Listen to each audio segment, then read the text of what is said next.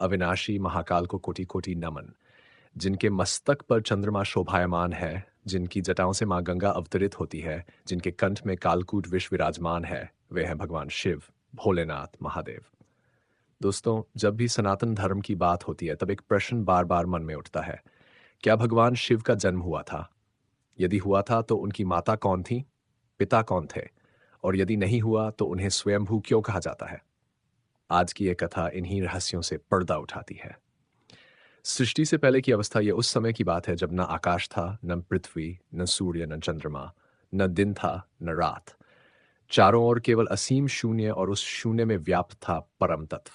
उस परम तत्व को ही वेदों ने कहा सदाशिव। सदाशिव न रूप में बंधे थे, नाम में। वे न जन्मे थे, न मरने वाले थे। वे थे चेतना का महासागर। शिव पुराण के अनुसार स्वयंभू महादेव, शिव पुराण के अनुसार भगवान शिव स्वयंभू हैं। अर्थात उनका कोई जन्म नहीं हुआ, न कोई माता, न कोई पिता। वे स्वयं अपने अस्तित्व के कारण हैं। इसलिए शिव को कहा गया अनादि, जिसका कोई आरंभ नहीं, अनंत, जिसका कोई अंत नहीं। शिव समय से पहले भी थे और समय के बाद भी रहेंगे। लिंगोद्भव कथा। शिव के जन्म का रहस्य एक समय की बात है। ब्रह्मा और विष्णु के बीच ये विवाद उत्पन्न हो गया कि सृष्टि का रचिता कौन है, सबसे महान देव कौन है। बहस बढ़ती गई, अहंकार बढ़ता गया। तभी अचानक उनके बीच एक प्रचंड अग्निस्तंभ प्रकट हुआ, जिसका नाद ही दिख रहा था, न अंत। एक दिव्य आकाशवाणी हुई, ओपन कोट, जो इस स्तंभ का अंत खोज लेगा वही सबसे महान कहलाएगा, क्लोज कोट। विष्णु जी ने वराह का रूप लिया और नीचे की ओर चले गए।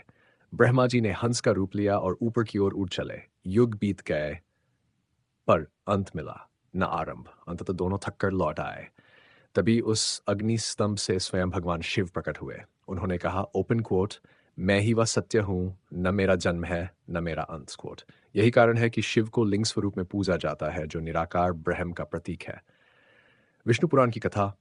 विष्णु पुराण की में शिव की उत्पत्ति की एक अलग कथा मिलती है। इसके अनुसार भगवान विष्णु ध्यानमग्न थे। उनके मस्तक से एक दिव्य तेज प्रकट हुआ और उसी तेज से भगवान शिव प्रकट हुए। वहीं शिव पुराण कहता है कि विष्णु स्वयं शिव से ही प्रकट हुए। इसका भावार्थ यह है कि त्रिदेव अलग नहीं है, तीनों एक ही परम तत्व के विभिन्न रूप हैं। ब्रह्मा के पुत्र रूप में शिव, बालक रुद्र। एक अन्य पौराणिक कथा के अनुसार जब ब्रह्मा जी सृष्टि की रचना कर रहे थे, तब उन्हें एक ऐसे तत्व की आवश्यकता हुई जो संहार और संतुलन कर सके। ब्रह्मा जी ने तपस्या की। तभी उनकी गोद में एक रोता हुआ बालक प्रकट हुआ। ब्रह्मा जी ने पूछा, तुम क्यों रो रहे हो? बालक, वो मेरा कोई नाम नहीं है। तब ब्रह्मा जी ने उसका नाम रखा रुद्र। यह भगवान शिव का एक मातर बाल रूप माना जाता है। देवी भागवत महापुराण के अनुसार देवी भागवत महापुराण में कहा गया है, माँ दुर्गा, आदिशक्ति, त्रिदेवों की माता, काल सदाशिव, पिता ब्रह्मा, विष्णु और महेश, तीनों शक्ति और शिव के योग से प्रकट हुए। अर्थात ओपन कोट, शिव ही मूल है, शिव से ही सब उत्पन्न है और शिव में ही सब लीन हो जाता है, क्लोज कोट। शिव, तप, वैरागी और करुणा। शिव कैलाश पर तप करते हैं, पर गृहस्थ जीवन भी जीते हैं। वे वैरागी हैं, पर भक्तों के सबसे निकट हैं। वे भस्म धारण करते हैं, पर संसार को जीवन देते हैं। इसीलिए उन्हें कहा गया भोलेनाथ। आदिगुरु शिव भगवान शिव स्वयं के गुरु हैं। उन्होंने ही गुरु शिष्य परंपरा की शुरुआत की।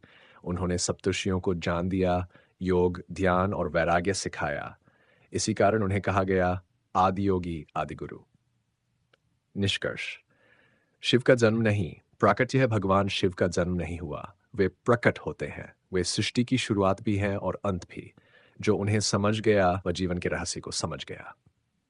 शिव स्तुति। नमामि शमीशान शान निर्वाण रूपम विभु व्यापकम ब्रह्म विद स्वरूपम।